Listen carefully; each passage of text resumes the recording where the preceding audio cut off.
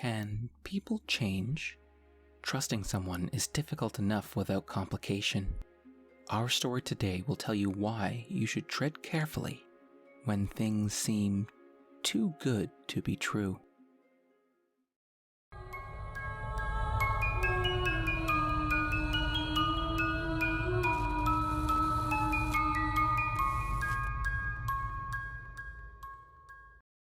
A certain cat had made the acquaintance of a mouse, and had said so much to her about the great love and friendship she felt for her. And at length the mouse agreed that they should live and keep house together. "But we must make a provision for winter, or else we shall suffer from hunger," said the cat. "And you, little mouse, cannot venture everywhere, or you'll be caught in a trap some day." The good advice was followed, and a pot of fat was bought, but they did not know where to put it. At length, after much consideration, the cat said, "I know no place where it will be better stored than in the church, for no one dares take anything away from there. We will set it beneath the altar, and not touch it until we are really in need of it." So the pot was placed in safety, but it was not long before the cat had a great yearning for it, and said to the mouse, "I want to tell you something, little mouse. My cousin has brought a little son into the world, and has asked me to be godmother. He is white with brown spots, and I am to hold him over the font at the christening. Let me go out today, and you look after the house by yourself." "Yes, yes," answered the mouse. "By all means go. If you get anything very good, think of me. I should like a drop of sweet red christening wine too." All this, however, was untrue. The cat had no cousin, and had not been asked to be godmother. She went straight to the church, stole to the pot of fat, began to lick at it, and licked the top of the fat off. Then she took a walk upon the roofs of the town, looked out for opportunities, then stretched herself in the sun and licked her lips whenever she thought of the pot of fat. And not until it was evening did she return home. "Well, here you are again," said the mouse. "No doubt you've had a merry day." "All went off well," answered the cat. "What name did they give the child?" "Top off," said the cat quite coolly. "Top off?" cried the mouse. "That is a very odd and uncommon name. Is it a usual one in your family?" "What does it signify?" said the cat. "It is no worse than Crumb Stealer, as your godchildren are called." Before long, the cat was seized by another fit of longing. She said to the mouse, "You must do me a favor and once more manage the house for a day alone. I am again to be asked to be godmother, and as the child has a white ring round its neck, I cannot refuse." The good mouse consented, but the cat crept behind the town walls to the church, and devoured half the pot of fat.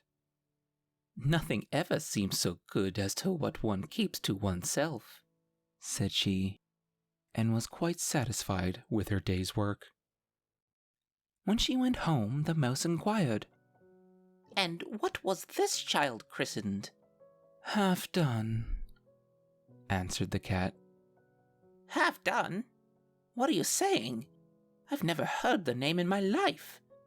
I'll wager anything it is not in the calendar." The cat's mouth soon began to wander for some more licking. "All good things go in threes," said she. "I am asked to stand godmother again. The child is quite black, only it has white paws, but with that exception, it has not a single white hair in its whole body. This only happens once every few years. You will let me go, won't you?" "Top off, half done," answered the mouse. "They are such odd names. They make me very thoughtful.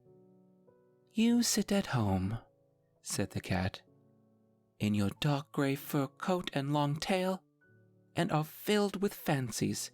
That's because you do not go out in the daytime."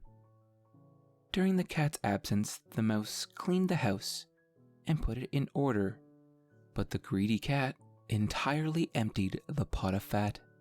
"When everything is eaten up, one has some peace," she said to herself, and well filled and fat, she did not return home till night. The mouse at once asked what name had been given to the third child. "It will not please you more than the others," said the cat. "He is called All Gone." "All Gone?" cried the mouse. "That is the most suspicious name of all. I have never seen it in print. All Gone? What can that mean?" And she shook her head, curled herself up, and lay down to sleep. From this time forth, no one invited the cat to be godmother. But when the winter had come and there was no longer anything to be found outside, the mouse thought of their provision and said, "Come, cat, we will go to our pot of fat, which we have stored up for ourselves. We shall enjoy that." "Yes," answered the cat. "You will enjoy it as much as you enjoy sticking that dainty tongue of yours out of the window." They set out on their way, but when they arrived, the pot of fat certainly was still in its place, but it was empty. "Alas," said the mouse, "now I see what has happened. Now it comes to light. You are a true friend. You have devoured all when you were standing godmother.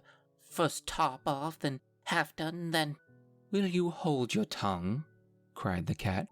"One word more, and I will eat you too." "All Gone" was already on the poor mouse's lips. Scarcely had she spoken it before the cat sprang on her, seized her, and swallowed her down. Verily, that is the way of the world.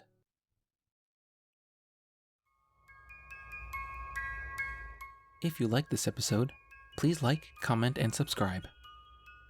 'Cause if you do, I have a pot of fat that we can share.